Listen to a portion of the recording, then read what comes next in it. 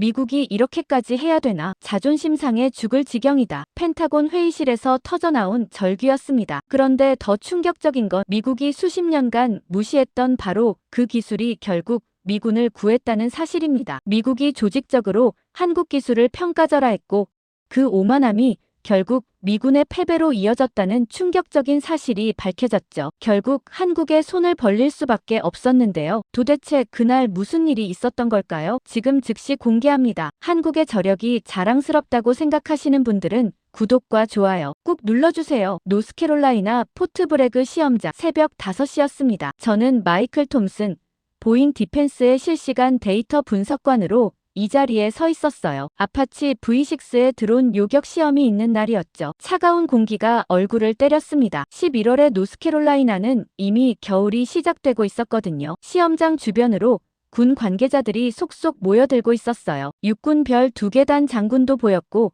보잉 본사에서 온 임원들도 있었죠. 모두 진지한 표정이었습니다. 이번 시험이 얼마나 중요한지 다들 알고 있었거든요. 분석 트레일러 안으로 들어갔습니다. 여러 대의 모니터가 벽을 가득 채우고 있었어요. 각종 센서 데이터, 레이더 추적 정보, 실시간 영상이 화면마다 떠 있었죠. 제 옆자리에는 스티브가 앉아 있었습니다. 그는 10년 경력의 선임 분석관이었어요. 준비됐어, 마이클? 스티브가 물었습니다. 네, 모든 시스템 정상입니다. 제가 답하며 최종 점검을 마쳤어요. 밖에서 엔진 소리가 들리기 시작했습니다. 아파치가 이륙 준비 중이었죠. 모니터로 헬기를 확인했어요. 매트 블랙으로 칠해진 기체가 활주로에서 로터를 돌리고 있었습니다. 최신 V6 버전이었어요. 기존 모델보다 센서 통합 능력이 대폭 강화됐다고 했죠. 통제탑에서 무전이 들렸습니다. 시험 시작 5분 전. 표적 드론 준비 완료. 제 앞 모니터에 14개의 점이 나타났습니다. 시험용 드론들이었어요. 크기도 종류도 다양했죠. 소형 쿼드콥터부터 중형 고정이까지 실전에서 마주칠 수 있는 모든 유형을 섞어 놓았습니다. 가장 작은 건 직경 30cm밖에 안 됐어요. 스티브가 중얼거렸습니다. 14대 전부 잡으면 대박인데. 저도 그렇게 생각했습니다. 기존 시험에서는 보통 70% 정도 격추율을 보였거든요. 14대 중 10대 정도 잡으면 성공이라고 봤죠. 시험 시작. 무전이 떨어졌습니다. 아파치가 이륙했어요. 부드럽게 상승하더니 목표 지역으로 이동하기 시작했습니다. 동시에 드론 14대가 사방에서 날아들었어요. 제 모니터에 온갖 데이터가 쏟아졌습니다. 레이더 반사 신호, 적외선 신호, 음향 신호, V6의 센서들이 드론들을 포착하고 있었어요. 첫 번째 교전. 스티브가 말했습니다. 화면에서 아파치가 기술을 돌렸어요. 30mm 체인건이 불을 뿜었죠. 1초도 안 돼서 첫 드론이 공중에서 폭발했습니다. 격추 확인. 제가 데이터를 읽어줬어요. 두 번째 표적 추적 중. 아파치는 쉴 새 없이 움직였습니다. 선회하고 상승하고 급강하했어요. 마치 춤을 추는 것 같았죠. 그리고 계속 드론을 잡아냈습니다. 두 번째, 세 번째, 네 번째. 제 옆에서 스티브가 긴장한 목소리로 카운트했어요. 다섯 번째, 여섯 번째. 이거 진짜 대박인데. 저도 놀라고 있었습니다. 격추율이 예상을 훨씬 뛰어넘고 있었거든요. 하지만 더 놀라운 건 따로 있었어요. 제 모니터에 뜬 센서 융합 데이터였습니다. 레이더, 광학, 음향, 전자전 센서가 완벽하게 통합돼 있었어요. 표적 식별 시간이 기존 모델 대비 60%나 단축됐죠. 스티브, 이거 봐. 제가 그를 불렀습니다. 센서 통합 알고리즘이 미쳤어. 그가 제 화면을 들여다봤어요. 잠시 후 낮게 휘파람을 불었습니다. 우와, 이 정도면 소형 드론도 5km 밖에서 잡겠는데. 맞습니다. 제가 답했어요. 기존엔 2km였는데. 밖에서 환호성이 들렸습니다. 창문 너머로 보니 관계자들이 박수를 치고 있었어요. 아파치가 계속 드론을 격추시키고 있었죠. 9번째, 10번째. 스티브가 계속 세고 있었습니다. 11번째. 12번째. 이제 남은 드론은 2대였습니다. 가장 작고 빠른 녀석들이었어요. 쿼드콥터 형태로 저고도에서 초고속으로 움직이고 있었죠. 아파치가 급강하했습니다. 지상 10m까지 내려갔어요. 위험한 고도였죠. 하지만 정확했습니다. 체인건이 다시 한번 불을 뿜었어요. 13번째. 스티브가 외쳤습니다. 마지막 하나가 남았습니다. 가장 작은 드론이었어요. 건물 사이로 빠르게 이동하며 도망치고 있었죠. 아파치가 추적했습니다. 센서들이 총동원됐어요. 레이더로는 너무 작아서 잘 안 잡혔지만 광학 센서와 음향 센서가 보완했습니다. 마지막 사격. 트레일러 안이 조용해졌습니다. 모두가 화면을 응시했어요. 총성이 울렸고 드론이 떨어졌습니다. 14번째. 스티브가 말했습니다. 목소리가 떨리고 있었어요. 완벽한 14대 격추야. 트레일러 밖에서 박수와 환호가 터져 나왔습니다. 하지만 저는 박수를 칠 수 없었어요. 제 모니터에 뜬 다른 데이터를 보고 있었거든요. 스티브, 이거 봐봐. 제가 그를 불렀습니다. 뭔데? 그가 다가왔어요. 저는 화면을 가리켰습니다. 네트워크 통신 로그였어요. V6가 사용한 데이터 링크 프로토콜이 상세하게 기록돼 있었죠. 이 프로토콜, 제가 말했습니다. 한국군 시스템이랑 호환되는 거 아냐? 스티브가 화면을 자세히 들여다봤습니다. 잠시 후 그가 고개를 끄덕였어요. 맞네. 링크-16기반이잖아. 한국군도 똑같은 거 쓰는데. 제 심장이 빠르게 뛰기 시작했습니다. 갑자기 이상한 생각이 들었거든요. 그럼 한국군 아파치도?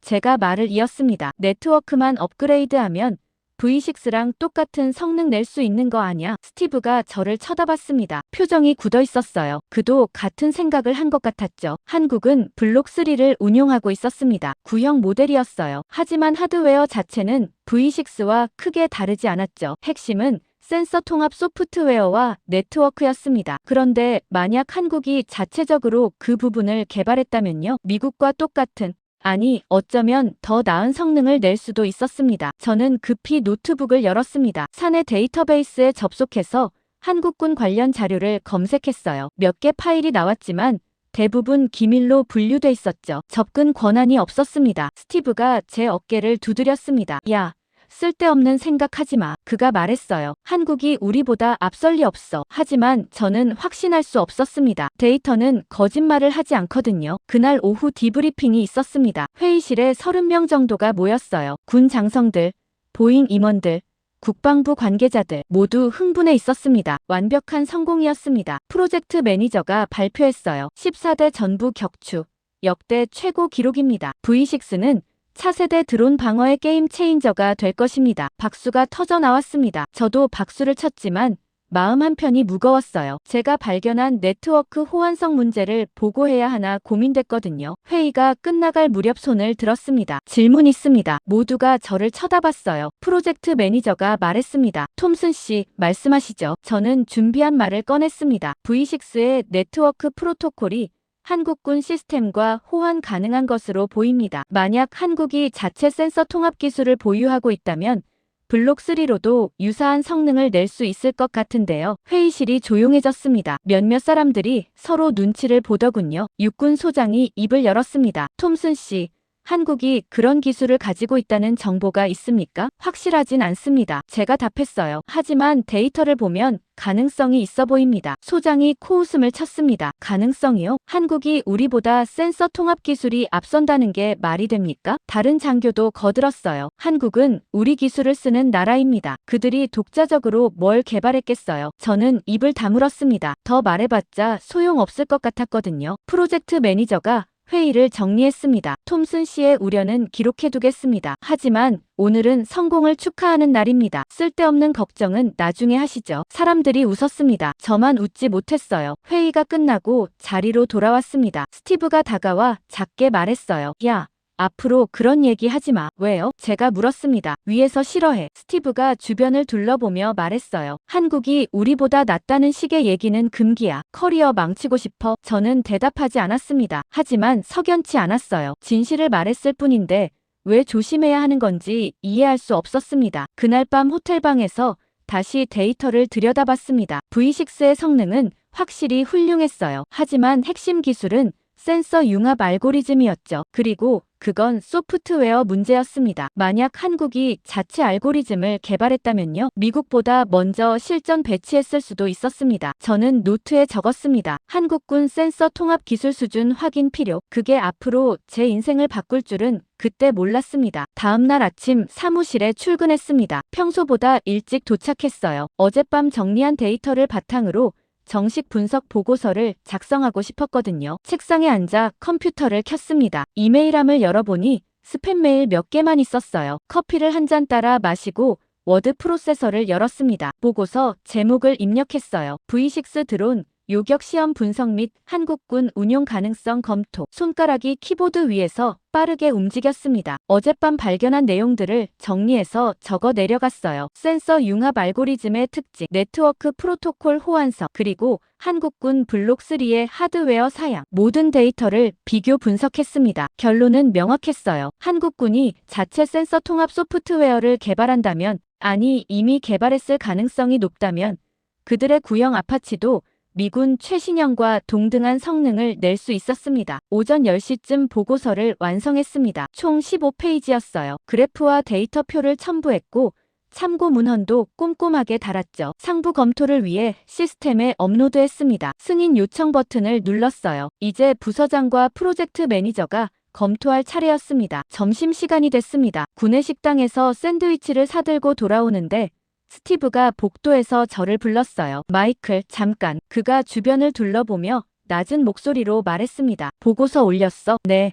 아침에 올렸는데요. 제가 답했습니다. 스티브가 미간을 찌푸렸어요. 진짜 한국 얘기 넣었어? 데이터가 그렇게 나왔으니까요. 제가 어깨를 으쓱했습니다. 그가 한숨을 쉬었어요. 너 용감하긴 하다. 뭐가요? 아무것도 아니야. 스티브가 손을 흔들며 가버렸습니다. 하지만 그의 표정이 신경 쓰였어요. 오후 3시쯤 부서장 데이브에게서 이메일이 왔습니다. 제목만 봐도 심상치 않았어요. 긴급 마이너스 보고서건. 클릭해서 열었습니다. 톰슨, 내 사무실로 즉시 오시오. 짧은 문장이었지만 무게감이 느껴졌습니다. 저는 자리에서 일어나 데이브 사무실로 향했어요. 문을 두드렸습니다. 들어와. 안에서 목소리가 들렸어요. 문을 열고 들어가니 데이브가 책상에 앉아 있었습니다. 그의 옆에는 프로젝트 매니저 제임스도 서 있었어요. 둘 다 표정이 굳어 있었죠. 앉게. 데이브가 의자를 가리켰습니다. 저는 앉았어요. 심장이 빠르게 뛰기 시작했습니다. 톰슨, 오늘 아침에 올린 보고서 말인데. 데이브가 말을 시작했어요. 뭔가 문제라도 있습니까? 제가 물었습니다. 문제가 아니라. 데이브가 잠시 말을 멈췄어요. 재검토가 필요해 보이네. 어느 부분이요? 전체적으로. 제임스가 끼어들었습니다. 특히 한국군 관련 부분은 추측이 너무 많아. 추측이 아닙니다. 제가 반박했어요. 데이터 분석 결과입니다. 데이브가 모니터를 돌려 제게 보여줬습니다. 제 보고서가 화면에 떠 있었어요. 빨간 밑줄이 여기저기 그어져 있었죠. 이 부분 봐. 그가 한 문단을 가리켰습니다. 한국군이 자체 기술을 보유했을 가능성이 높다. 이게 확인된 정보야. 가능성을 제시한 겁니다. 제가 답했어요. 데이터 패턴이 그렇게 나왔으니까요. 가능성으로는 부족해. 제임스가 말했습니다. 우리는 확실한 정보만 보고해야 해. 그럼 확인하면 되지 않습니까? 제가 물었어요. 한국군에 직접 문의하거나 정보기관을 통해서요. 데이브와 제임스가 서로 눈을 마주쳤습니다. 뭔가 이상했어요. 둘 다 말을 아끼고 있었죠. 톰슨, 데이브가 천천히 말했습니다. 우리 입장을 이해해. V6는 수십억 달러짜리 프로젝트야. 이제 막 성공했고 의회 승인도 받아야 해. 그런데 이 시점에 한국이 더 낫다는 식의 보고서가 나가면 어떻게 되겠어? 하지만 제가 말을 시작했습니다. 데이브가 손을 들어 막았어요. 보고서는 일단 보류하겠네. 재검토 후에 다시 올리도록 하게. 그게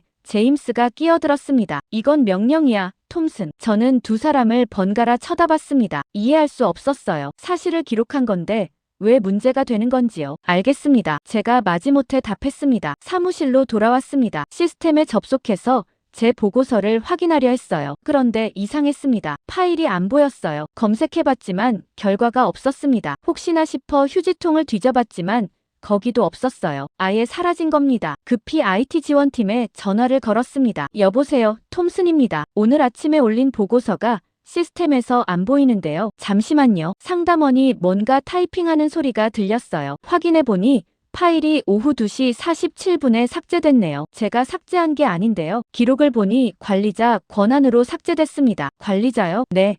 수동 삭제 기록이 남아있어요. 누가 삭제했는지 알 수 있습니까? 죄송하지만 그건 제 권한 밖입니다. 전화를 끊었습니다. 손이 떨리고 있었어요. 누군가 고의로 제 보고서를 지운 겁니다. 그것도 관리자 권한으로요. 로컬 파일을 확인했습니다. 다행히 제 컴퓨터에는 백업이 남아있었어요. 하지만 시스템에서 삭제됐다는 건 공식 기록이 사라졌다는 의미였죠. 저녁 무렵 스티브가 제자리로 왔습니다. 들었어. 그가 작게 말했어요. 뭘요? 보고서건. 데이브가 팀 회의에서 언급했어. 앞으로 한국 관련 내용은 사전 승인 없이 보고서에 넣지 말라고 했어. 왜죠? 제가 물었습니다. 스티브가 어깨를 으쓱했어요. 위에서 내려온 방침이래. 더 이상 묻지 마. 그날 밤 집에 돌아와서도 잠을 잘 수 없었습니다. 뭔가 잘못되고 있다는 느낌이 들었거든요. 제 분석은 정확했어요. 데이터도 명확했죠. 그런데 왜 묻으려 하는 걸까요? 노트북을 열어 비공식적으로 자료를 더 찾아봤습니다. 한국군 관련 정보를 검색했어요. 그런데 흥미로운 기사 하나를 발견했습니다. 한국 군사 전문 매체의 영문 기사였어요. 제목이 눈에 들어왔습니다. 한국군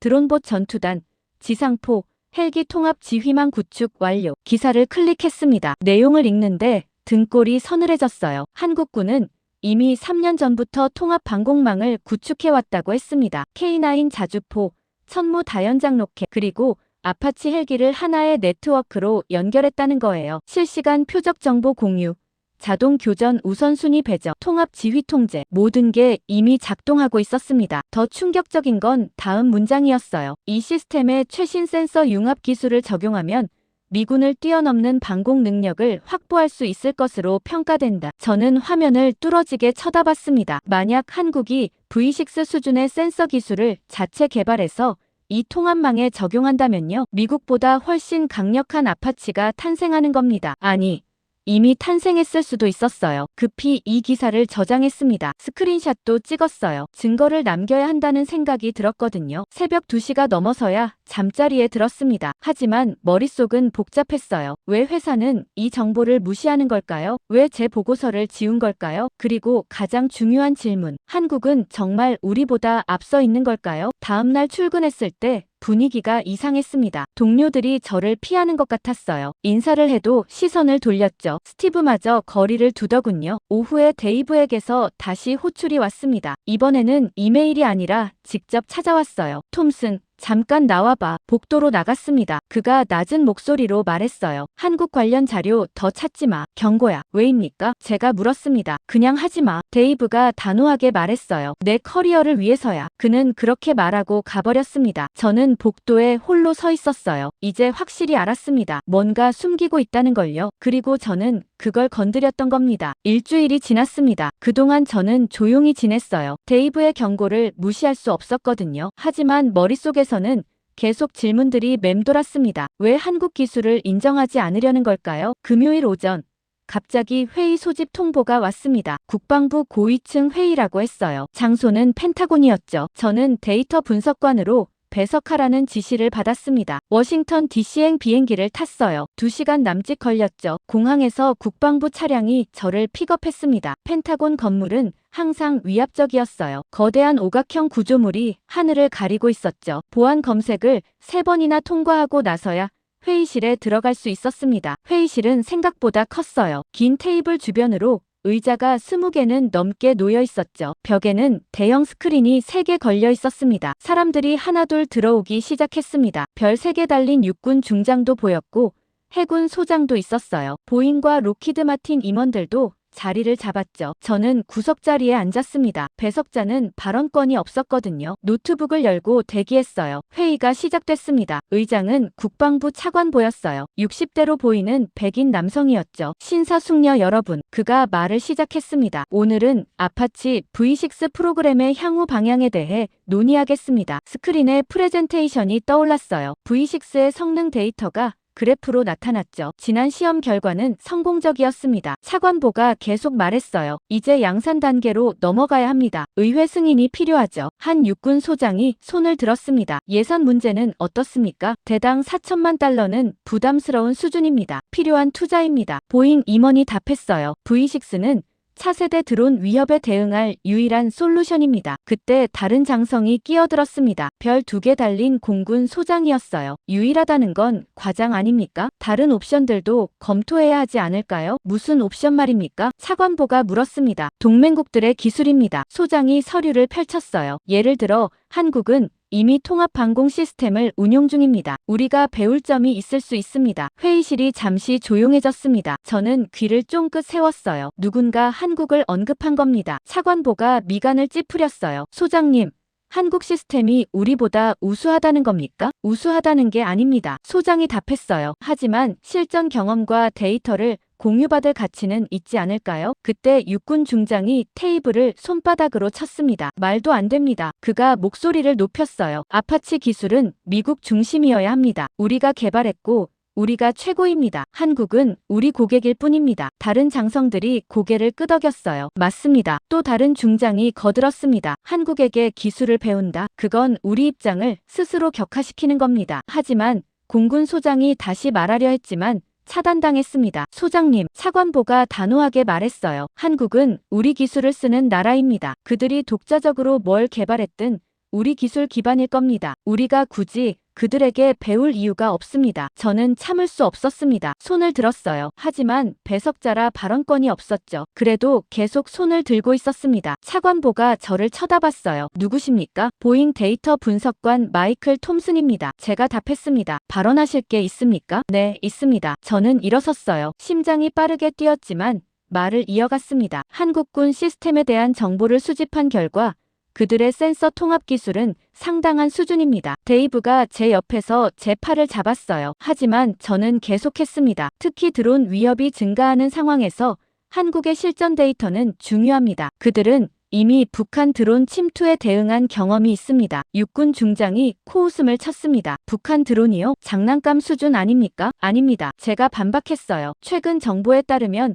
북한 드론은 소형화됐고 스텔스 기능도 향상됐습니다. 한국군이 그걸 실제로 요격한 경험은 귀중한 데이터입니다. 차관보가 손을 들었어요. 톰슨 씨, 앉으시죠. 하지만 앉으십시오. 그의 목소리가 차갑게 변했습니다. 저는 앉았어요. 데이브가 제게 눈빛으로 신호를 보냈죠. 입 다물라는 신호였습니다. 차관보가 회의실을 둘러봤습니다. 신사숙녀 여러분, 분명히 하겠습니다. 그가 말했어요. 아파치는 미국의 기술이고 미국이 최고입니다. 동맹국과의 협력은 중요하지만 그건 우리가 주도하는 겁니다. 한국이나 다른 나라가 우리를 앞선다는 식의 발언은 부적절합니다. 그의 시선이 저를 향했어요. 그런 발언은 국가 안보를 위협할 수도 있습니다. 저는 얼어붙었습니다. 국가 안보 위협이라니요? 데이터 분석 결과를 말한 것뿐인데요. 회의는 계속됐습니다. V6 양산 계획, 예산 배정, 의회 로비 전략, 모든 게 논의됐어요. 하지만 한국에 대한 언급은 더 이상 나오지 않았습니다. 공군 소장도 입을 다물었죠. 회의가 끝나고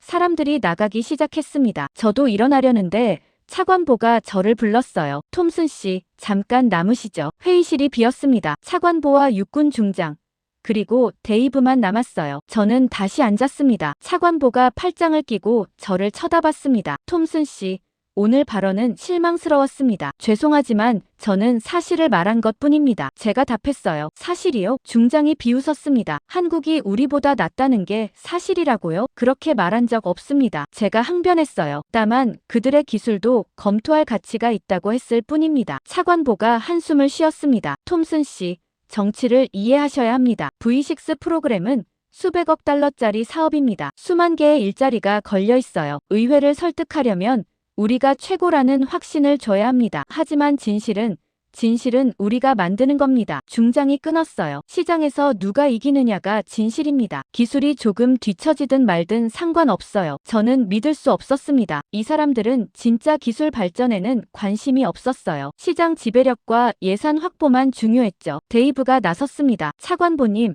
톰슨은 젊고 열정적입니다. 앞으로 신중하게 행동하도록 제가 지도하겠습니다. 그러시길 바랍니다. 차관보가 말했어요. 그러지 않으면 이 프로젝트에서 배제될 겁니다. 그는 서류를 챙겨 나갔습니다. 중장도 따라 나갔어요. 회의실에 저와 데이브만 남았습니다. 데이브가 저를 돌아봤어요. 표정이 굳어 있었습니다. 너 대체 뭐 하는 거야? 그가 낮게 말했어요. 사실을 말한 것뿐입니다. 제가 답했죠. 사실. 데이브가 코웃음 쳤습니다. 여기선 사실 따윈 중요하지 않아. 중요한 건 누가 돈을 쥐고 있느냐야. 실망이었습니다. 데이브는 좋은 엔지니어라고 생각했거든요. 하지만 그도 시스템의 일부였어요. 차에서 내리지 마. 그가 말했습니다. 다음 회의부터 넌 배제야. 뭐라고요? 차관보 지시야. 데이브가 어깨를 으쓱했어요. 내가 너무 나갔어. 공항으로 돌아가는 차 안에서 창밖을 바라봤습니다. 워싱턴의 거리가 지나갔어요. 권력의 중심지였죠. 하지만 진실은 여기서 환영받지 못했습니다. 저는 뭔가를 건드렸습니다. 그들이 숨기고 싶어하는 뭔가를요. 그리고 그 대가로 배제당했죠. 하지만 포기할 순 없었습니다. 진실은 밝혀져야 했으니까요. 노스캐롤라이나로 돌아온 건 토요일 저녁이었습니다. 지쳐 있었지만 잠은 오지 않았어요. 회의에서 배제당했다는 사실이 계속 머릿속을 맴돌았죠. 하지만 동시에 더 궁금해졌습니다. 대체 한국은 뭘 가지고 있길래 저렇게 민감하게 반응하는 걸까요? 일요일 아침 일찍 일어났습니다. 커피를 끓여 마시고 서재로 갔어요. 개인 노트북을 켰죠. 회사 컴퓨터는 감시당할 수 있었으니까요. 한국 방위 산업에 대해 본격적으로 조사하기 시작했습니다. 구글에 검색어를 입력했어요. 한국 레이저 무기, 한국 드론 방어, 한국 아파치 개량, 영어와 한국어 자료가 섞여서 나왔습니다. 첫 번째로 발견한 건 국방과학연구소 보도자료였어요. 2023년 날짜가 찍혀 있었죠. 제목을 읽는 순간 숨이 멎는 것 같았습니다. 20kW 특급 레이저 대드론 무기체계 실증 성공. 기사를 클릭했습니다. 한국이 2023년 가을에 20kW급 레이저 무기로 드론을 격추하는데 성공했다는 내용이었어요. 실제 비행 중인 드론을 레이저로 파괴했다고 했죠. 저는 화면을 뚫어지게 바라봤습니다. 미국도 레이저 무기를 개발 중이었어요. 하지만 아직 시험 단계였죠. 실전 배치는 몇 년 후로 예상되고 있었습니다. 그런데 한국은 이미 실증까지 끝낸 겁니까? 더 놀라운 건 다음 문장이었어요. 이 시스템은 소형 드론뿐 아니라 박격포탄, 로켓탄도 요격 가능한 것으로 평가된다. 손가락이 떨렸습니다. 이건 게임 체인저였어요. 레이저 무기는 탄약이 필요 없었죠. 전력만 있으면 무한정 발사할 수 있었습니다. 드론 때 공격의 완벽한 대응책이었어요. 급히 이 자료를 저장했습니다. 스크린샷도 찍었어요. 다음 검색으로 넘어갔습니다. 이번엔 한국 드론 탐지 시스템을 찾아봤어요. 몇 개 기사를 읽다가 흥미로운 논문을 발견했습니다. 한국국방대학교에서 발표한 영문 논문이었어요. 초저고도 침투 드론 탐지 알고리즘 개발이라는 제목이었죠. 논문을 다운로드해서 읽기 시작했습니다. 기술적 내용이 빼곡했어요. 하지만 저는 데이터 분석관이었죠. 수식과 그래프를 이해하는데 문제 없었습니다. 논문 내용이 충격적이었어요. 한국이 개발한 알고리즘은 지상 10m 이하로 날아오는 드론도 탐지할 수 있었습니다. 기존 레이더로는 불가능한 영역이었어요. 지형 반사파 때문에 탐지가 안 됐거든요. 하지만 한국은 AI 기반 패턴 인식으로 이 문제를 해결했습니다. 논문 발표일을 확인했습니다. 2019년이었어요. 6년 전입니다. 미국이 이제 막 연구를 시작한 분야를 한국은 6년 전에 이미 끝냈다고요? 믿을 수 없었습니다. 하지만 데이터는 거짓말하지 않았어요. 점심도 거르고 계속 검색했습니다. 다음으로 찾은 건 한국형 유도로켓 정보였어요. 헬파이어라는 미국 시스템을 개량한 버전이었죠. 기사 제목이 자극적이었습니다. 한국형 로켓, 미국 원조보다 명중률 30% 향상. 클릭해서 읽었어요. 한국이 미국 헬파이어 기술을 기반으로 자체 유도로켓을 개발했다는 내용이었습니다. 그런데 단순 복제가 아니었어요. 유도 알고리즘을 개선해서 명중률을 대폭 높였다고 했죠. 이동 표적 추적 능력도 강화됐고요. 특히 눈에 띈 건 가격이었습니다. 미국 제품의 절반 가격으로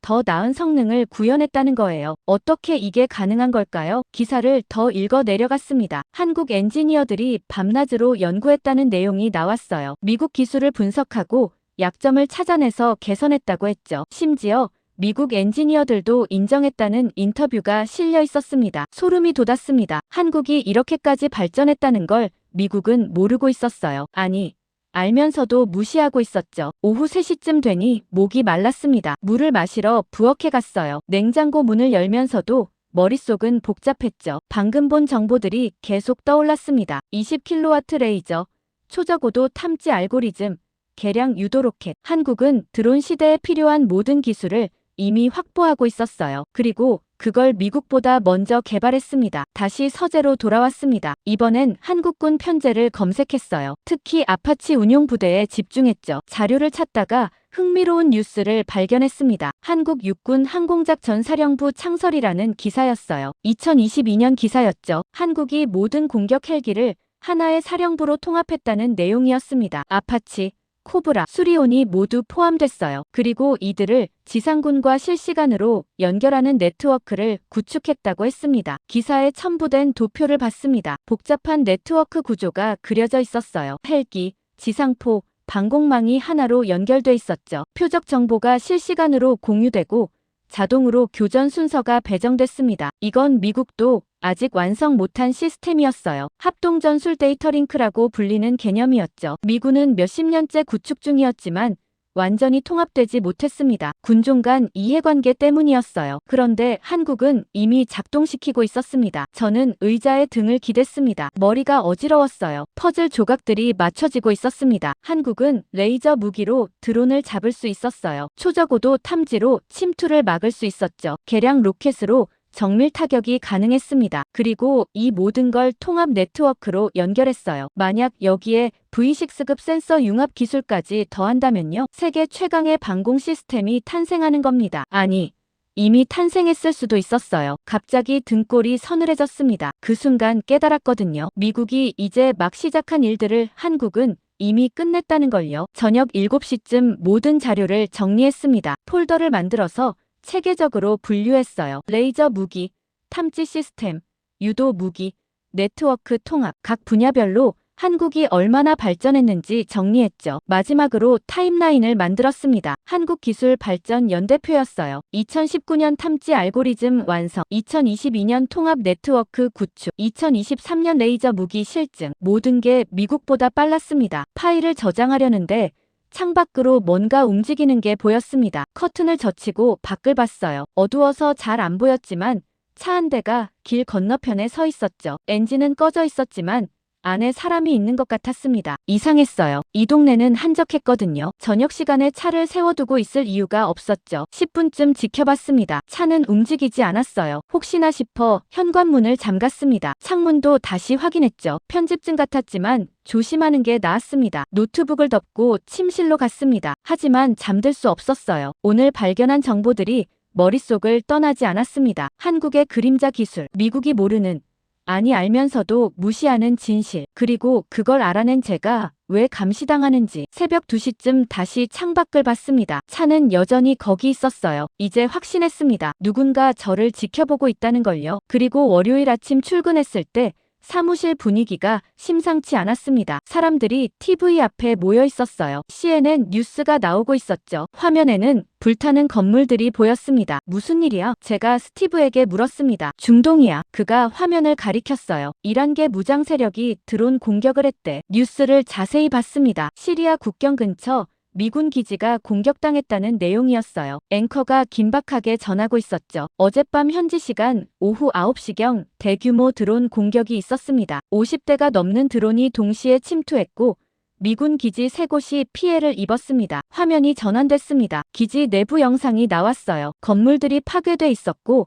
차량들이 불타고 있었죠. 연기가 하늘을 뒤덮고 있었습니다. 사상자는 12명입니다. 리포터가 말했어요. 부상자는 40명이 넘습니다. 연료 저장고가 직격탄을 맞아 대화재가 발생했습니다. 저는 화면에 집중했습니다. 드론 공격 패턴이 보였어요. 여러 방향에서 동시에 침투했고 저고도로 날아왔죠. 레이더 탐지를 피하기 위한 전술이었습니다. 방공망은 뭐 했어? 옆에서 누군가 물었습니다. 뚫렸대. 다른 사람이 답했어요. 패트리어트 미사일로는 소형 드론을 못 잡았다는군. 제 가슴이 철렁 내려앉았습니다. 바로 이거였어요. 제가 경고하려던 상황이었죠. 대형 미사일 방어는 완벽해도 소형 드론 때 공격엔 속수무책이었습니다. 오전 10시쯤 긴급회의 소집이 떨어졌습니다. 화상회의였어요. 펜타곤, 중부사령부, 방산업체들이 모두 연결됐죠. 저도 배석하라는 지시를 받았습니다. 회의가 시작됐습니다. 중부사령부 작전참모가 상황을 브리핑했어요. 현재까지 파악된 바로는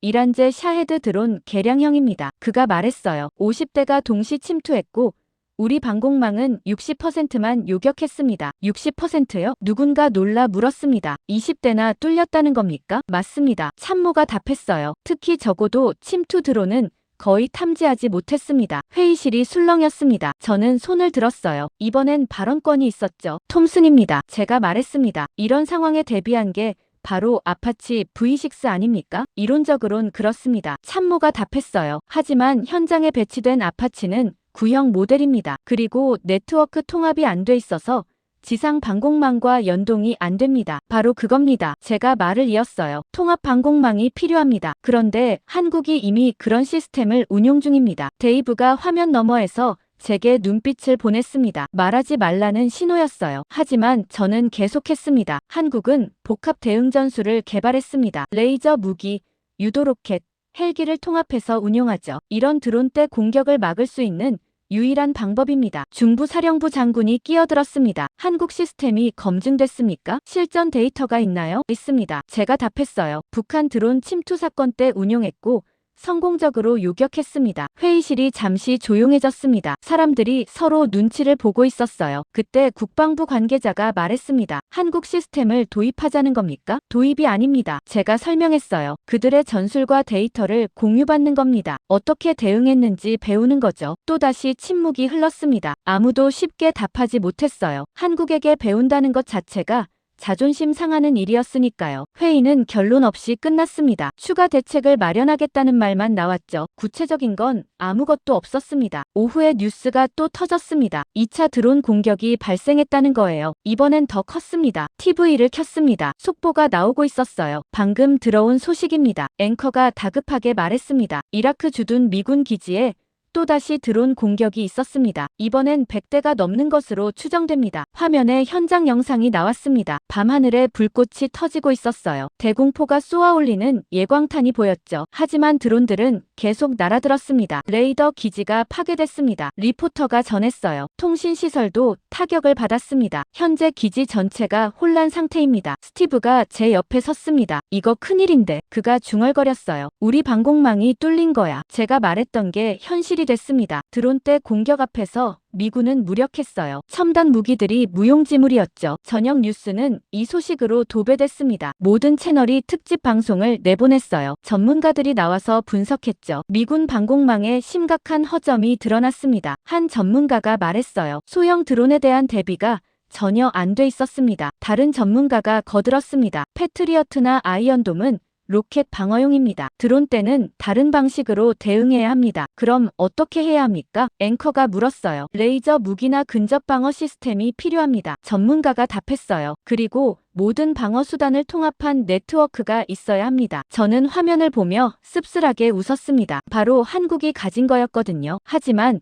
아무도 그 얘기는 안 했어요. 다음 날 아침 또 회의가 소집됐습니다. 이번엔 백악관 국가안보회의였어요. 최고 위급 회의였죠. 저도 자료 준비를 위해 참여했습니다. 대통령 안보보좌관이 회의를 주재했어요. 지난 48시간 동안 우리 기지 5곳이 공격당했습니다. 그가 심각하게 말했어요. 사상자는 30명이 넘고 주요 시설들이 파괴됐습니다. 이건 전쟁입니다. 합참의장이 보고했습니다. 11개 무장 세력이 조직적으로 움직이고 있습니다. 드론 생산 능력이 우리 예상을 훨씬 뛰어넘습니다. 대응책은 뭡니까? 보좌관이 물었어요. 아파치를 투입해야 합니다. 육군 참모총장이 답했어요. 드론 요격에 가장 효과적입니다. 하지만 네트워크 문제가 있지 않습니까? 보좌관이 지적했습니다. 현장 아파치는 지상군과 연동이 안 된다고 들었는데요. 맞습니다. 참모총장이 인정했어요. V6 업그레이드가 필요한데 시간이 걸립니다. 시간이 없습니다. 보좌관이 단호하게 말했어요. 당장 내일 또 공격받을 수 있습니다. 지금 쓸 수 있는 방법이 필요합니다. 그때 제가 손을 들었습니다. 발언하겠습니다. 모두가 저를 쳐다봤어요. 보좌관이 고개를 끄덕였죠. 한국군 전술을 참고하시길 제안합니다. 제가 말했습니다. 그들은 이미 이런 상황에 대응한 경험이 있습니다. 또 한국입니까? 누군가 짜증 섞인 목소리로 말했어요. 네, 한국입니다. 제가 단호하게 답했어요. 그들은 드론,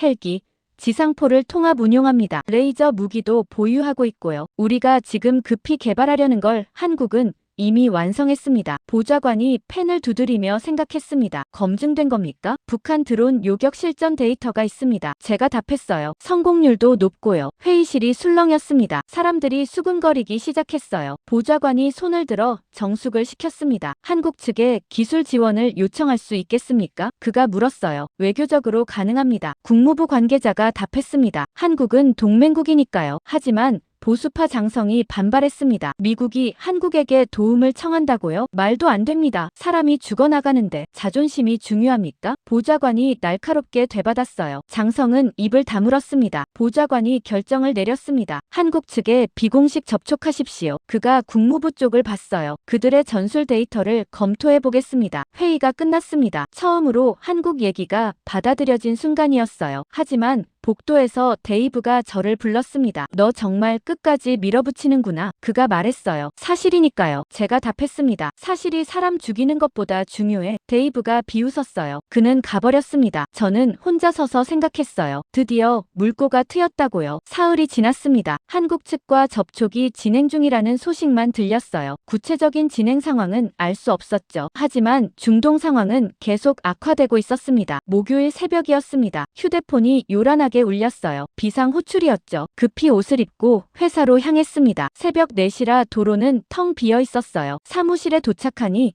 이미 여러 사람이 와 있었습니다. 모두 TV를 보고 있었어요. 화면에는 CNN 속보가 떠 있었죠. 제목만 봐도 심상치 않았습니다. 미군 기지 3차 드론 공격.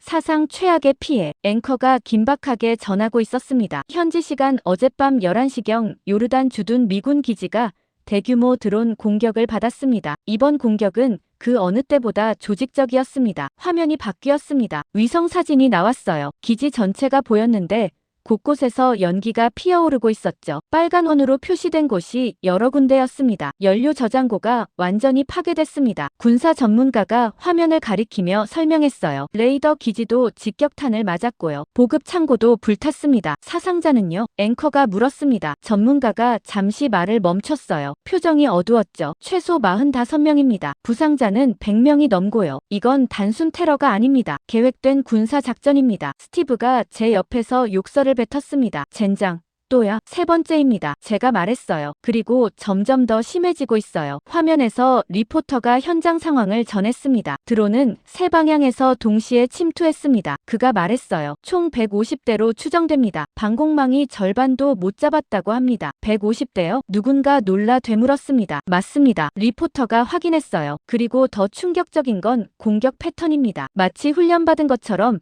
주요 시설만 골라서 타격했습니다. 화면에 피해 시설 목록이 떴습니다. 연료 저장고, 레이더 기지, 통신 시설, 보급 창고, 헬기 경납고 모두 핵심 시설들이었어요. 이건 정보가 있었다는 뜻입니다. 전문가가 분석했어요. 기지 내부 구조를 정확히 알고 공격했습니다. 아마 드론에 AI 표적 식별 기능이 탑재됐을 겁니다. 저는 화면을 뚫어지게 바라봤습니다. 드론 전쟁의 새로운 국면이었어요. 단순한 자폭 공격이 아니었죠. 정밀한 군사 작전이었습니다. 오전 8시에 긴급 화상회의가 소집됐습니다. 펜타곤, 백악관, 중부사령부가 모두 연결됐어요. 회의실 분위기는 최악이었습니다. 합참의장이 보고를 시작했습니다. 요르단 기지는 사실상 무력화됐습니다. 그가 말했어요. 작전 수행 능력을 상실했습니다. 복구에 최소 2주가 걸릴 겁니다. 이게 3번째입니다. 국방장관이 말했어요. 우리 방공망이 왜 이렇게 무력한 겁니까? 드론 때 공격에 대한 대비가 안 돼 있었습니다. 참모가 답했어요. 패트리어트는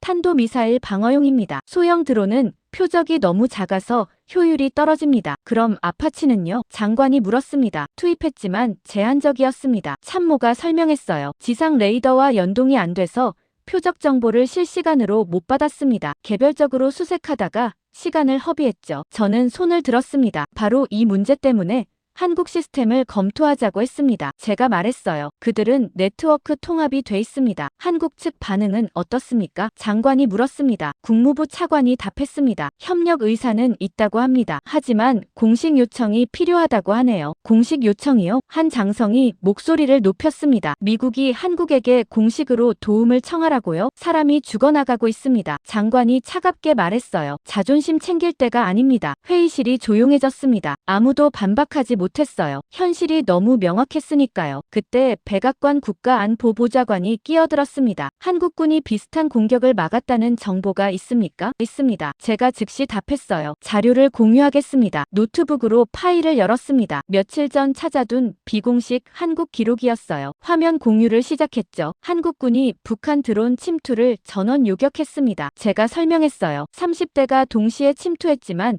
단 한 대도 목표에 도달하지 못했습니다. 어떻게요? 보좌관이 물었습니다. 레이저 무기, 유도 로켓, 아파치를 동시에 운용했습니다. 제가 답했어요. 모든 수단이 하나의 네트워크로 연결돼 있었죠. 표적 정보가 실시간 공유됐고 자동으로 교전 순서가 배정됐습니다. 피해는요? 무피해입니다. 제가 강조했어요. 드론 30대 전부 격추했고 한국군 피해는 제로였습니다. 회의실이 술렁였습니다. 화면 너머로 사람들이 놀란 표정이었어요. 믿을 수 없다는 반응들이었죠. 자료가 확실합니까? 합참의장이 물었습니다. 한국 국방부 보도 중지 비공식 발표입니다. 제가 출처를 보여줬어요. 육군 중장이 끼어들었습니다. 북한 드론이랑 이란 드론은 수준이 다릅니다. 한국이 막은 건 구식 드론이었을 겁니다. 아닙니다. 제가 반박했어요. 북한 드론도 최근 개량됐습니다. 스텔스 코팅에 적어도 침투 능력까지 갖췄죠. 오히려 이란 드론보다 탐지가 어렵습니다. 증거는요? 중장이 따졌습니다. 제가 다른 자료를 띄웠습니다. 북한 드론 분석 보고서였어요. 미 국방정보국에서 작성한 거였죠. 여기 나와 있습니다. 제가 해당 부분을 가리켰어요. 북한 드론은 중국 기술을 적용해서 레이더 반사 면적을 크게 줄였습니다. 이란 샤헤드보다 더 진보된 설계입니다. 중장이 입을 다물었습니다. 더 이상 반박할 수 없었던 거죠. 국방장관이 결정을 내렸습니다. 한국의 공식 기술 지원을 요청하십시오. 그가 말했어요. 그들의 전술과 시스템을 상세히 검토하겠습니다. 하지만 장관님, 한 장성이 항의했습니다. 이건 미국의 자존심 문제입니다. 자존심으로 사람 살릴 수 있습니까? 장관이 날카롭게 되받았어요. 지금 우리 군인들이 죽어가고 있습니다. 자존심은 나중에 챙기십시오. 회의실이 완전히 조용해졌습니다. 역사적인 순간이었어요. 미국이 처음으로 한국에게 손을 내민 거였죠. 회의가 끝났습니다. 사람들이 하나둘 접속을 끊었어요. 저는 의자에 앉아 깊게 숨을 내쉬었습니다. 드디어 해냈습니다. 그날 오후 언론에 소식이 새나갔습니다. 미국, 한국의 드론 방어 기술 지원 요청이라는 제목이 뉴스에 떴어요. 순식간에 모든 매체가 이 소식을 다뤘죠. 역사적 전환점입니다. 한 전문가가 TV에서 말했어요. 미국이 동맹국에게 군사기술 지원을 공식 요청한 건 매우 이례적입니다. 다른 전문가가 거들었습니다. 이건 한국 방산 기술이 세계 최고 수준임을 미국이 인정한 겁니다. 게임 체인저가 될 수 있습니다. 한국과의 협력이 공식화된 후 저는 프로젝트 팀에 정식으로 배정됐습니다. 데이터 분석관으로 한국 기술을 검토하는 임무였어요. 아이러니했죠. 그동안 저를 배제하던 사람들이 이제는 제가 필요했으니까요. 주말이었습니다. 사무실에 혼자 남아서 자료를 정리하고 있었어요. 한국군 시스템을 제대로 이해하려면 배경 지식이 필요했거든요. 특히 한국이 어떻게 이렇게 빠르게 발전했는지 알아야 했습니다. 회사 데이터베이스를 뒤지기 시작했습니다. 한국 관련 프로젝트 파일들을 검색했어요. 여러 개가 나왔지만 대부분 접근 권한이 없었죠. 그러다 흥미로운 파일 하나를 발견했습니다. 수리온 헬기 개발 지원 프로젝트라는 제목이었어요. 2010년대 초반 파일이었죠. 수리온은 한국이 독자 개발한 헬기로 알고 있었습니다. 미국이 왜 지원했는지 궁금했어요. 클릭했지만 접근이 거부됐습니다. 권한 없음이라는 메시지만 떴죠. 이상했습니다. 일반 프로젝트 파일인데 왜 잠겨 있는 걸까요? IT 부서에 권한 요청을 넣었습니다. 하지만 주말이라 답변은 월요일에나 올 거였어요. 다른 방법을 찾아야 했습니다. 회사 공유 드라이브를 뒤져봤어요. 삭제된 파일들이 임시 저장되는 곳이 있었거든요. 일반 직원들은 잘 모르는 폴더였죠. 거기서 오래된 백업 파일을 발견했습니다. 2013년 수리온 시험 평가 보고서라고 적혀 있었어요. 파일을 열었습니다. 100페이지가 넘는 기술 보고서였어요. 처음 몇 페이지는 일반적인 내용이었습니다. 수리온의 사양, 성능 목표, 시험 일정 같은 거였죠. 하지만 30페이지쯤 넘어가니 분위기가 달라졌습니다. 엔진 결함 발견이라는 제목이 나왔어요. 시험 비행 중 미국산 엔진에서 심각한 진동이 발견됐다는 내용이었죠. 출력도 사양에 못 미쳤고요. 보고서를 계속 읽었습니다. 한국 측이 문제를 제기했다고 나왔어요. 엔진 제조사에 개선을 요청했다고 했죠. 하지만 다음 내용이 충격적이었습니다. 제조사는 문제를 인정하지 않았습니다. 설계상 문제 없다는 입장이었어요. 오히려 한국 측 운용 미숙 탓으로 돌렸죠. 한국은 어쩔 수 없이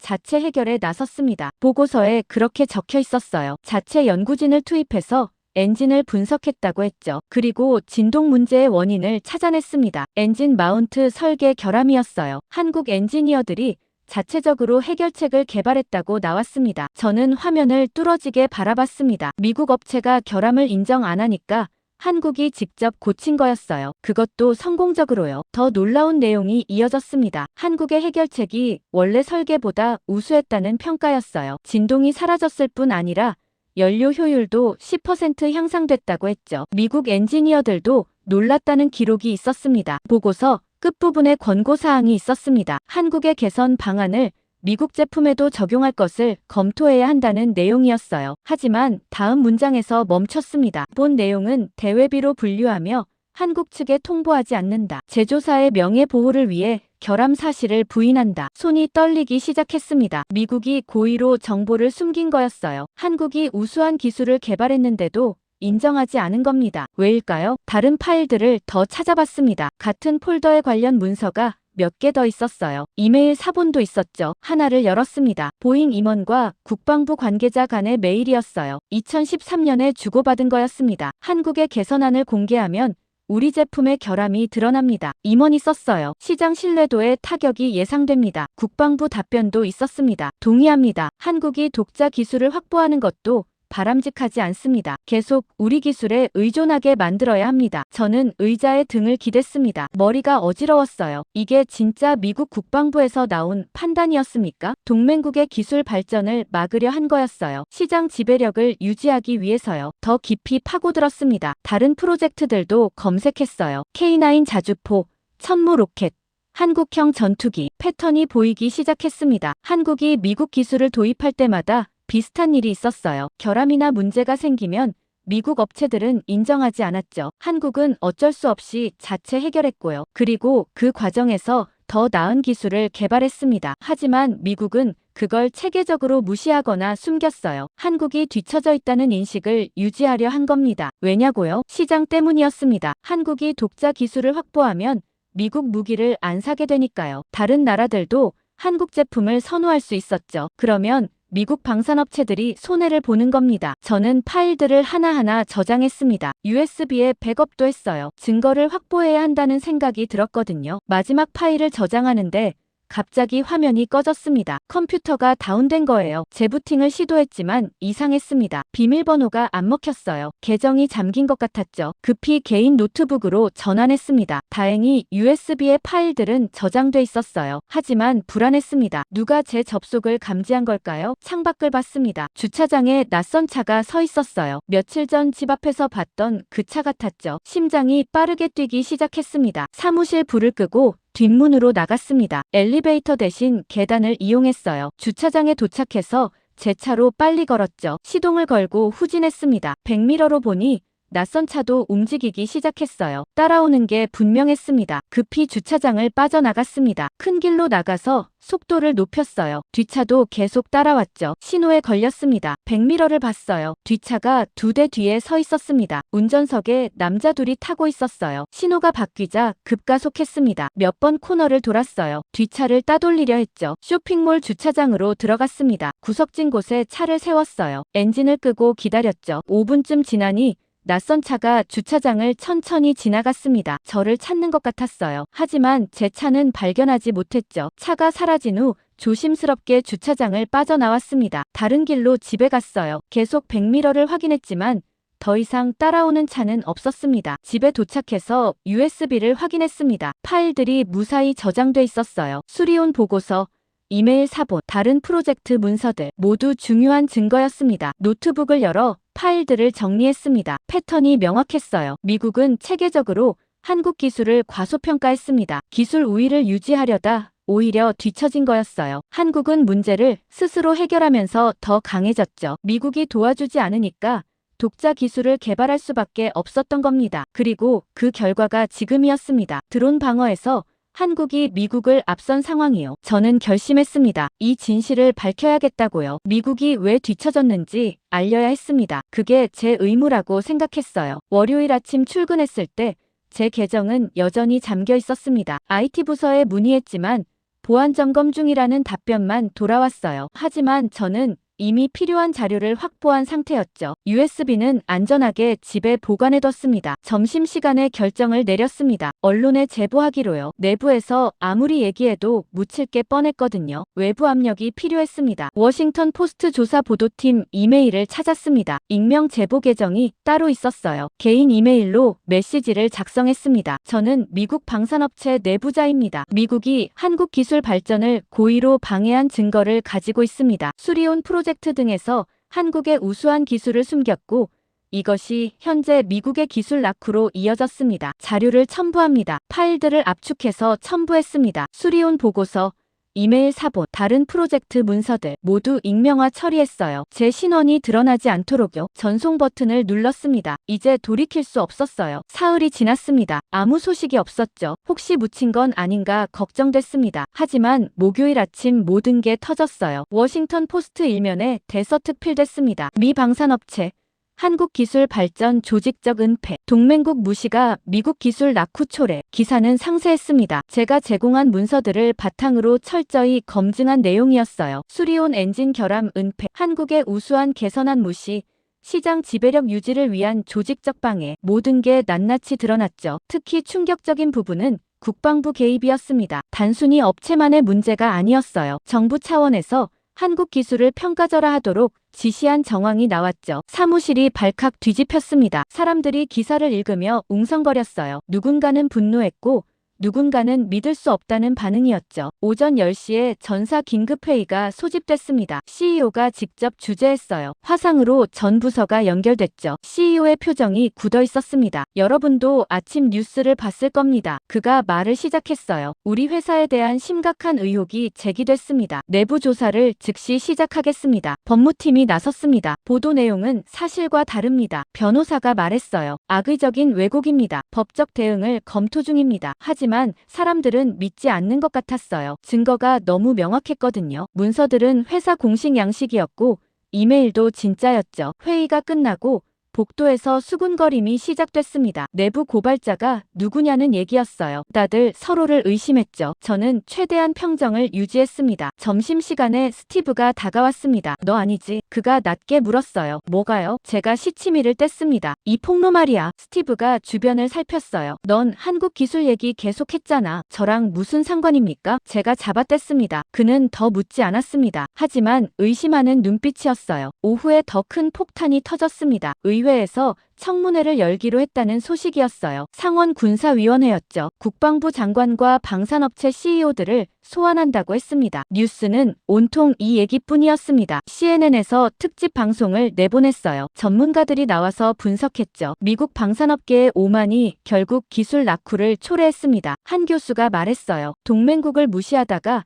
그들에게 추월당한 겁니다. 다른 전문가가 거들었습니다. 한국 기술을 제대로 평가했다면 미국도 더 발전했을 겁니다. 시장 독점 욕심이 혁신을 막은 거죠. SNS는 더 뜨거웠습니다. 해시태그가 트렌드에 올랐어요. 한국 기술은 패, 미국 의오만, 동맹 국무시, 여론이 들끓고 있었죠. 저녁에 회사에서 이메일이 왔습니다. 전 직원 대상이었어요. 내부 고발자를 찾고 있으니 정보가 있으면 제보하라는 내용이었습니다. 보안팀이 조사 중이라고 했죠. 저는 이메일을 삭제했습니다. 다음날 아침 출근하니 분위기가 더 험악해졌습니다. 보안팀 직원들이 사무실을 돌아다니고 있었어요. 사람들을 개별 면담하고 있었죠. 오전 11시에 제 차례가 왔습니다. 회의실로 불려갔어요. 보안팀장과 법무팀 변호사가 앉아 있었습니다. 톰슨 씨, 앉으시죠. 팀장이 말했습니다. 저는 의자에 앉았어요. 심장이 빠르게 뛰었지만 표정은 평온하게 유지했죠. 최근 언론에 유출된 문서들에 대해 아는 게 있습니까? 팀장이 물었습니다. 뉴스로 봤습니다. 제가 답했어요. 충격적이더군요. 수리온 프로젝트 파일에 접근한 기록이 있습니까? 제 업무와 관련 없는 파일입니다. 제가 말했어요. 질문에 답해 주십시오. 변호사가 끼어들었습니다. 없습니다. 제가 거짓말을 했어요. 접근 권한도 없었고요. 팀장이 뭔가 적었습니다. 지난 주말에 회사에 있었습니까? 네.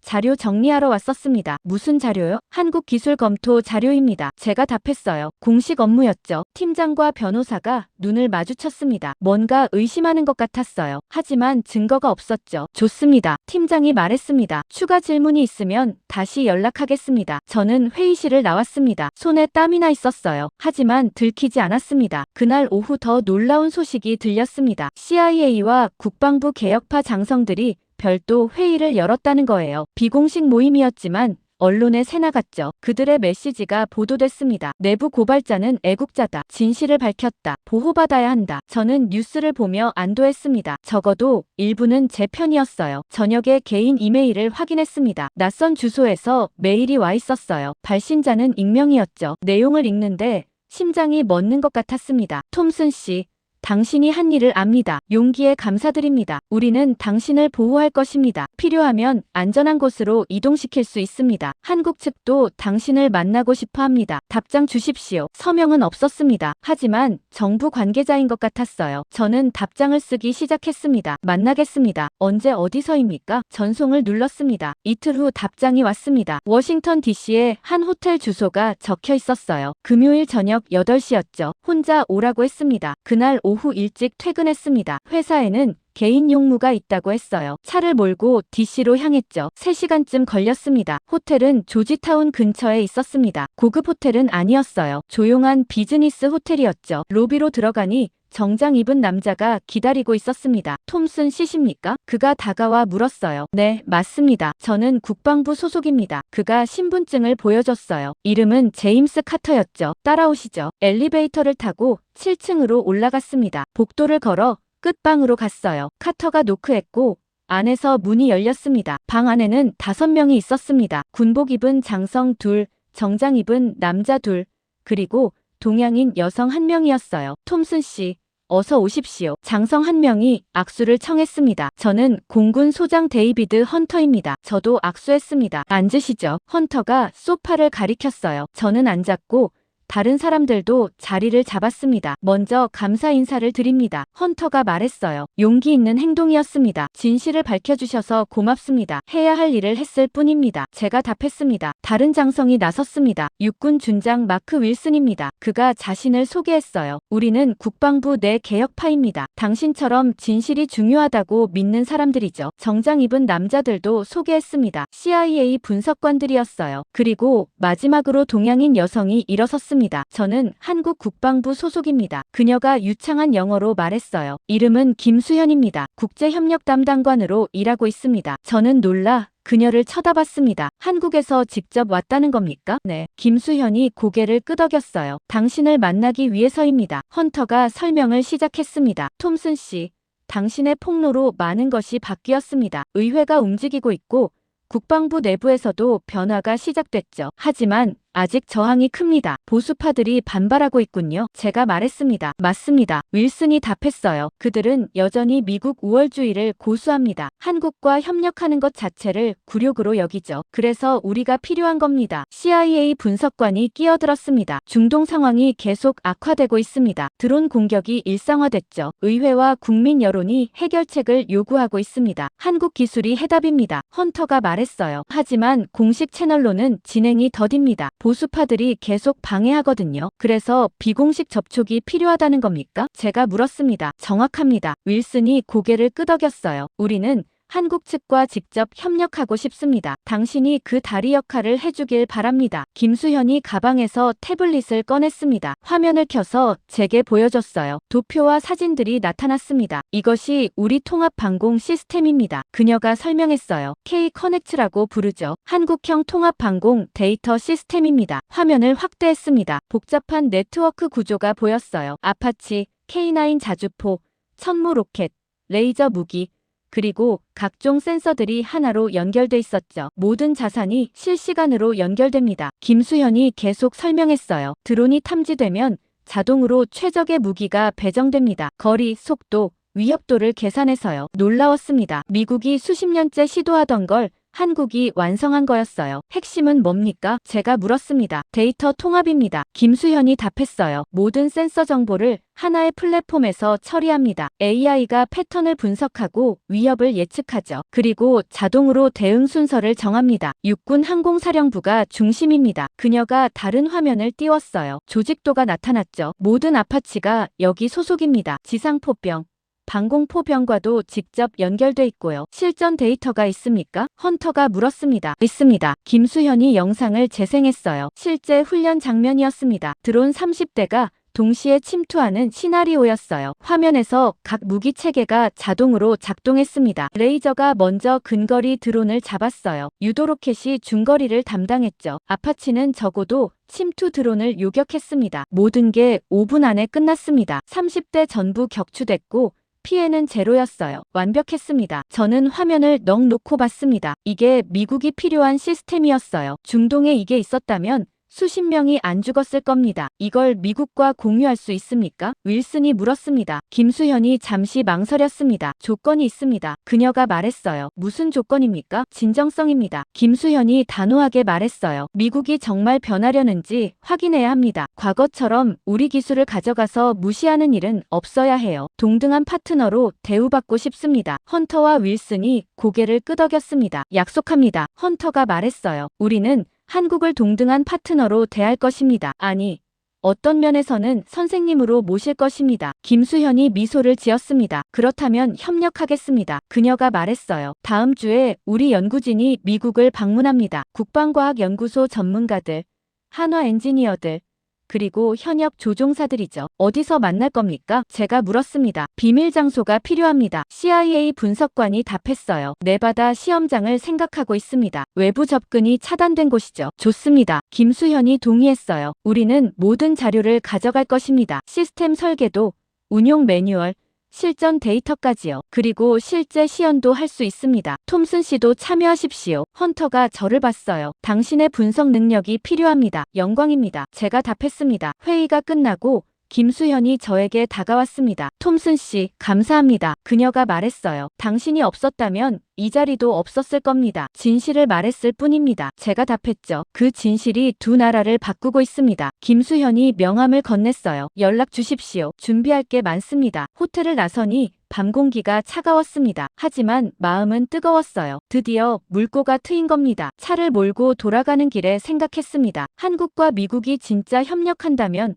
어떻게 될까요? 세계 최강의 방공 시스템이 탄생할 겁니다. 그리고 그게 수많은 생명을 구할 거예요. 다음 주가 기다려졌습니다. 역사가 만들어지는 순간을 보게 될 테니까요. 일주일 후 네바다 시험장에 도착했습니다. 라스베이거스에서 북쪽으로 2시간 거리였어요. 사막 한가운데 거대한 기지가 있었죠. 군용 차량이 공항에서 저를 픽업했습니다. 보안 검색을 3번 통과하고 나서야 시험장 안으로 들어갈 수 있었어요. 메인 경납고는 엄청났습니다. 축구장 2개는 될 것 같았어요. 안에는 이미 여러 사람이 모여 있었죠. 한국 연구진이 먼저 보였습니다. 흰색 작업복을 입은 엔지니어들이 장비를 설치하고 있었어요. 김수현도 있었죠. 그녀가 저를 보고 손을 흔들었습니다. 톰슨 씨 오셨군요. 그녀가 다가왔어요. 준비는 잘 되고 있습니까? 제가 물었습니다. 완벽합니다. 김수현이 웃으며 답했어요. 우리 팀이 밤새 작업했습니다. 미국 측도 속속 도착하고 있었습니다. 국방부 장성들, 의회 관계자들, 방산업체 임원들 모두 심각한 표정이었어요. 특히 보수파 장성들은 불편해 보였죠. 오전 9시에 브리핑이 시작됐습니다. 대형 스크린 앞에 의자들이 놓여 있었어요. 100여 명은 앉을 수 있었죠. 한국 국방과학연구소 박사가 발표를 시작했습니다. 오늘 시연할 시스템은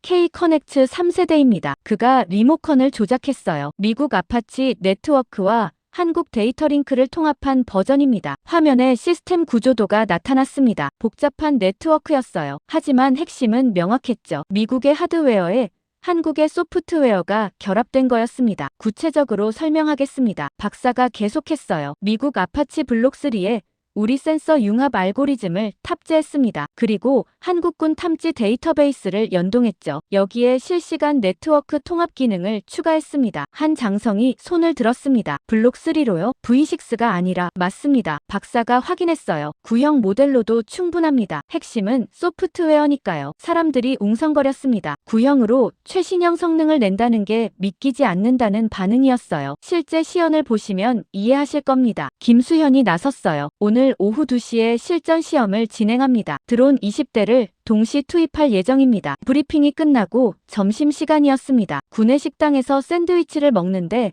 헌터 소장이 다가왔어요. 긴장되는군요. 그가 말했습니다. 저도요. 제가 답했어요. 만약 실패하면 보수파들이 다시 힘을 얻을 겁니다. 실패하지 않을 겁니다. 헌터가 자신있게 말했어요. 한국팀을 믿습니다. 오후 1시 30분에 관측실로 이동했습니다. 통제탑 같은 건물이었어요. 유리창 너머로 시험장 전체가 보였죠. 모니터들이 벽을 가득 채우고 있었습니다. 각종 센서 데이터가 실시간으로 표시되고 있었어요. 한국 엔지니어들이 최종 점검을 하고 있었죠. 활주로에는 아파치 한 대가 서 있었습니다. 개량된 블록 3였어요. 겉보기엔 평범했지만 내부는 완전히 달랐죠. 한국 시스템이 탑재돼 있었습니다. 조종사도 한국군이었습니다. 김대위라고 했어요. 10년 경력의 베테랑이었죠. 그가 헬멧을 쓰고 기체에 올랐습니다. 2시 정벽에 시험이 시작됐습니다. 시험 개시, 통제실에서 무전이 나갔어요. 표적 드론 발진, 모니터에 20개의 점이 나타났습니다. 여러 방향에서 날아오고 있었어요. 크기도 종류도 다양했죠. 소형 쿼드콥터부터 중형 고정이까지 섞여 있었습니다. 아파치가 이륙했습니다. 부드럽게 상승하더니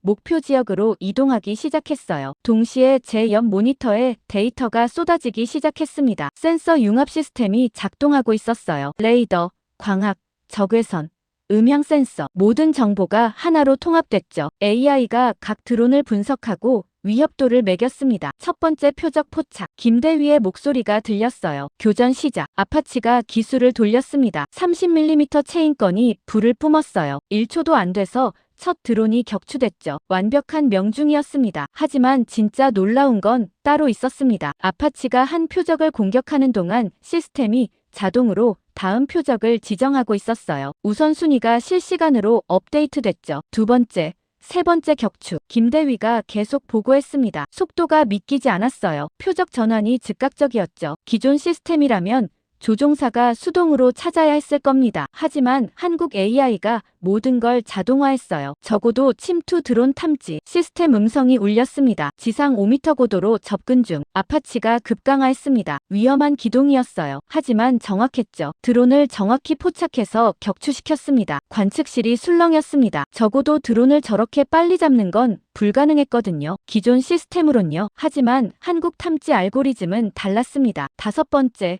여섯 번째, 일곱 번째 격추 보고가 계속 이어졌어요. 드론들이 하나씩 떨어졌죠. 아파치는 쉴 새 없이 움직였습니다. 김대위의 조종 실력도 뛰어났지만 시스템의 도움이 컸어요. AI가 최적 경로를 제시했고 표적을 자동 지정했죠. 조종사는 방아쇠만 당기면 됐습니다. 10분이 지났습니다. 절반이 격추됐어요. 남은 드론 10대였죠. 하지만 이제 더 어려운 상황이었습니다. 드론들이 분산돼서 동시다발로 침투하고 있었거든요. 다중 표적 모드 전환. 시스템이 알렸습니다. 자동 교전 순서 배정. 화면에 숫자들이 떴습니다. 마치 기계처럼 정확했죠. 실수가 없었습니다. 제 옆에 서 있던 육군 중장이 중얼거렸습니다. 믿을 수 없군. 그의 목소리가 떨리고 있었어요. 저도 같은 생각이었습니다. 이건 혁명이었어요. 드론 시대의 완벽한 해답이었죠. 15분 만에 끝났습니다. 마지막 드론이 격추됐어요. 시험 종료. 통제실에서 무전이 나갔습니다. 결과 집계 중. 화면에 숫자가 떴습니다. 투입 드론 20대,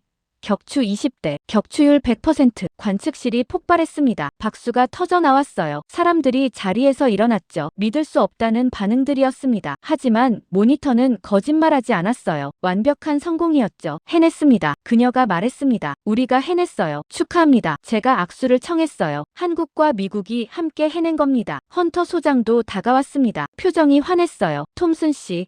당신 말이 맞았습니다. 그가 말했어요. 한국 기술이 정말 최고였군요. 미국 플랫폼과 결합하니 세계 최강이 됐습니다. 보수파 장성들도 말을 잃었습니다. 더 이상 반대할 명분이 없었어요. 데이터가 모든 걸 증명했으니까요. 그날 저녁 축하 만찬이 열렸습니다. 한국 팀과 미국 팀이 함께 모였어요. 분위기가 화기애애했죠. 건배 제안을 하겠습니다. 헌터가 일어섰어요. 오늘 우리는 역사를 만들었습니다. 한국과 미국이 함께 세계 최강의 방공 시스템을 탄생시켰습니다. 모두가 잔을 들었습니다. 한미동맹 만세. 누군가 외쳤어요. 박수와 환호가 터졌습니다. 저는 잔을 들고 창밖을 바라봤습니다. 네바다 사막에 별이 빛나고 있었어요. 새로운 시대가 열리고 있었습니다. 네바다 시험 이틀 후 뉴스가 터졌습니다. 누군가 언론에 제보한 거예요. 한미 차세대 방공 시스템 공동개발 착수라는 헤드라인이 모든 매체를 장식했죠. 월요일 아침 사무실에 출근하니 난리였습니다. TV마다 특집 방송을 내보내고 있었어요. CNN 앵커가 흥분된 목소리로 전했습니다. 역사적인 발표입니다. 미국과 한국이 아파치 차세대 방공 패키지를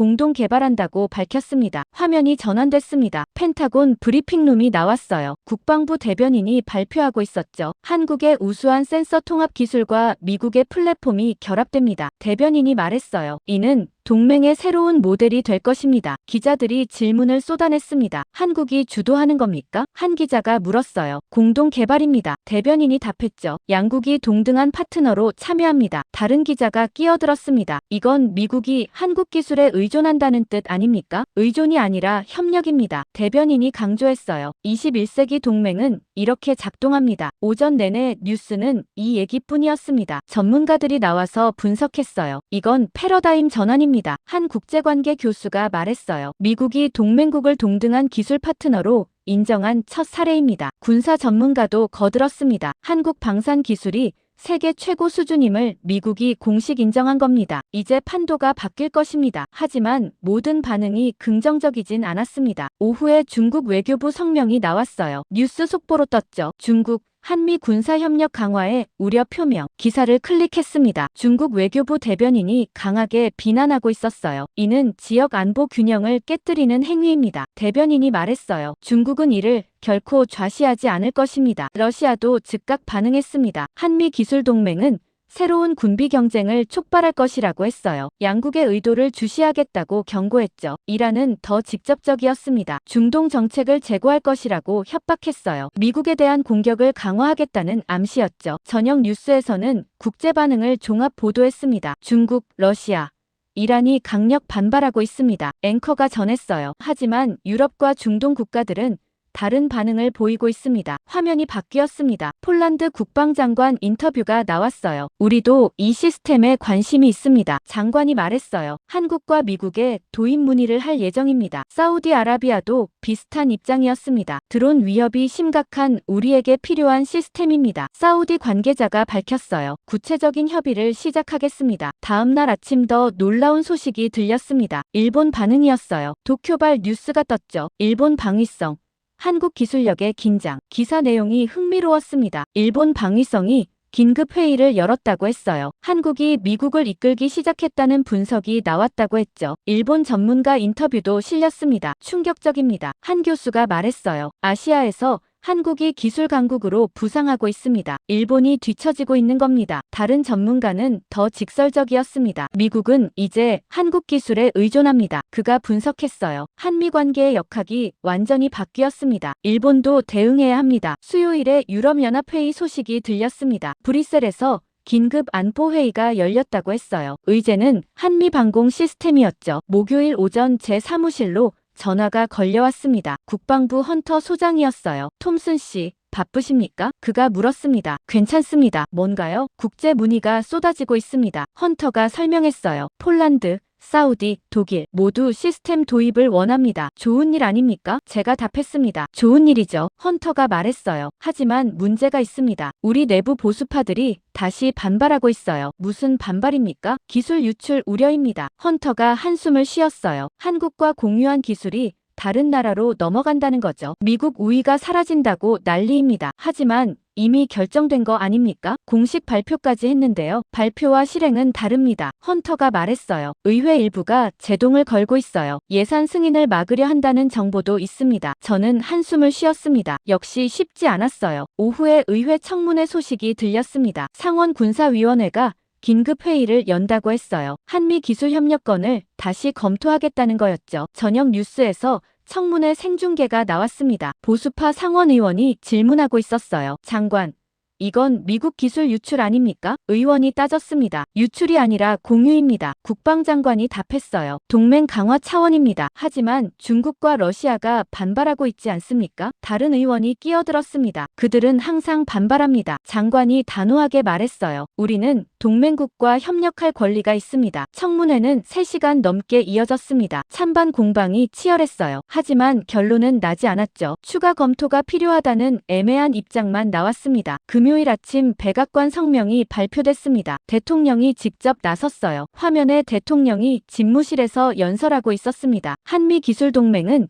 21세기 안보의 초석입니다. 대통령이 말했어요. 우리는 이 협력을 지속할 것입니다. 의회의 협조를 요청합니다. 그의 목소리는 단호했습니다. 과거의 오만함을 버려야 합니다. 대통령이 계속했어요. 동맹국을 동등한 파트너로 대우하는 것이 진정한 리더십입니다. 한국은 우리의 소중한 파트너입니다. 박수 소리가 들렸습니다. 지지파 의원들이 환호하고 있었어요. 하지만 반대파들은 표정이 굳어 있었죠. 주말 동안 국제뉴스는 이 얘기로 도배됐습니다. 유럽도 움직였습니다. 폴란드가 한국의 대표단을 파견한다고 발표했어요. 독일도 기술 협의를 시작하겠다고 했죠. 일본만 조용했습니다. 공식 입장을 내지 않았어요. 하지만 내부적으로는 큰 충격이라는 분석이 나왔죠. 저는 주말 내내 뉴스를 봤습니다. 세계가 요동치고 있었어요. 한미 기술 동맹이 국제 질서를 흔들고 있었죠. 일요일 저녁 김수현에게서 이메일이 왔습니다. 톰슨 씨, 당신이 시작한 일이 세계를 바꾸고 있습니다. 그녀가 썼어요. 다음 주에 중요한 발표가 있을 겁니다. 준비하세요. 저는 답장을 보냈습니다. 무슨 발표입니까? 하지만 답은 오지 않았습니다. 월요일을 기다려야 했어요. 월요일 아침 긴급 소집 통보를 받았습니다. 백악관이었어요. 오후 2시까지 워싱턴으로 오라는 지시였죠. 서둘러 공항으로 향했습니다. 비행기 안에서도 긴장이 풀리지 않았어요. 대체 무슨 발표가 있다는 걸까요? 백악관에 도착하니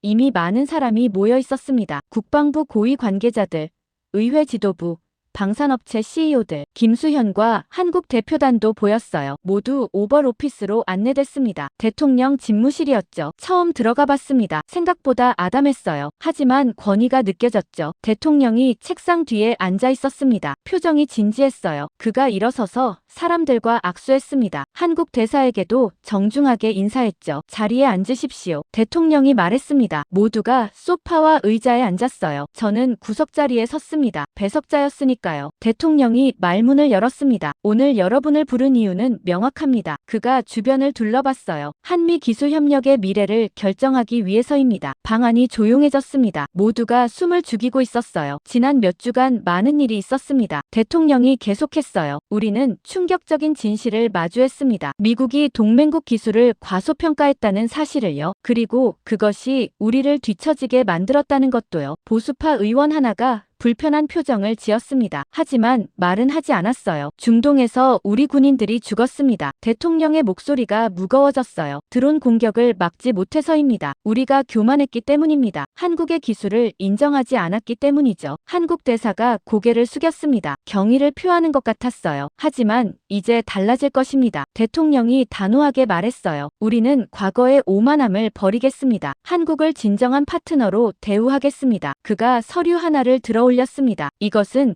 한미기술협력 공식 협정서입니다. 대통령이 발표했어요. 오늘 서명할 것입니다. 방 안이 술렁였습니다. 사람들이 서로 눈을 마주쳤어요. 협정 내용을 간략히 설명하겠습니다. 대통령이 서류를 펼쳤어요. 첫째, 데이터링크 소스코드를 양국이 공유합니다. 한국의 센서 융합 기술과 미국의 플랫폼 기술을 완전히 개방하는 겁니다. 보수파 장성이 손을 들었습니다. 각하, 그건 우리 핵심 기술 유출 아닙니까? 공유입니다.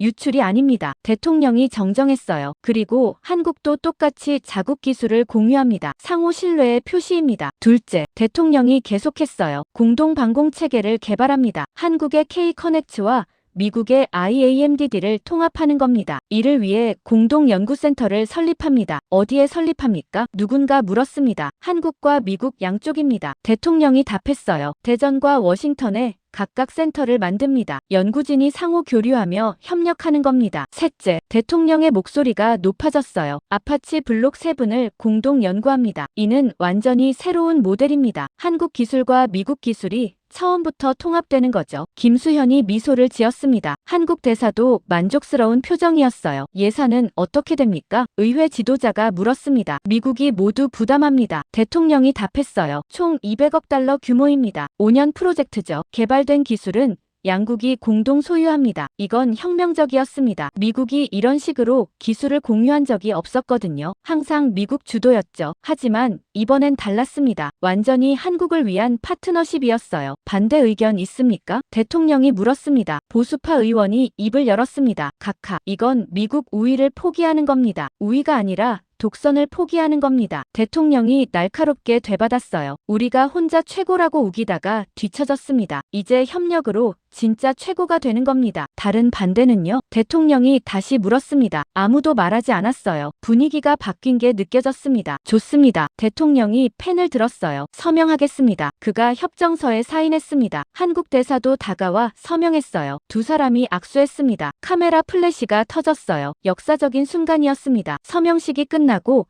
대통령이 저를 불렀습니다. 톰슨 씨, 이리 오시죠. 저는 놀라 앞으로 나갔습니다. 대통령이 제 손을 잡았어요. 당신이 이 모든 걸 시작했습니다. 그가 말했어요. 용기 있는 행동이었습니다. 감사합니다. 할 일을 했을 뿐입니다. 제가 겸손하게 답했습니다. 대통령이 미소를 지었습니다. 이제 한 가지 부탁이 있습니다. 그가 말했어요. 무엇입니까? 한국으로 가주십시오. 대통령이 제안했어요. 공동연구센터 미국 측 대표로 파견하고 싶습니다. 당신이 가장 적임자입니다. 저는 잠시 말문이 막혔습니다. 한국 파견이라니요. 영광입니다. 제가 답했어요. 받아들이겠습니다. 훌륭합니다. 대통령이 어깨를 두드렸어요. 김수현이 다가왔습니다. 한국에서 뵙겠습니다.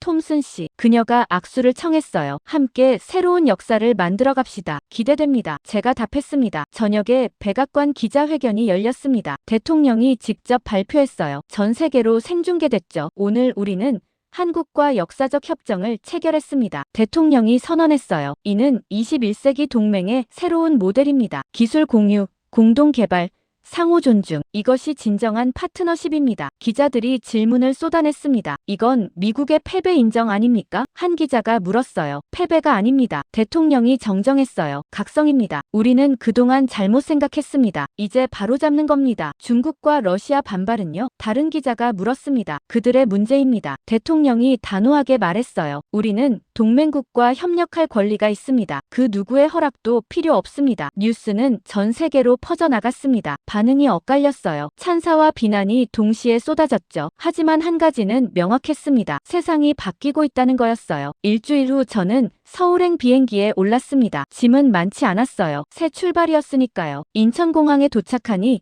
김수현이 마중 나와 있었습니다. 환영합니다.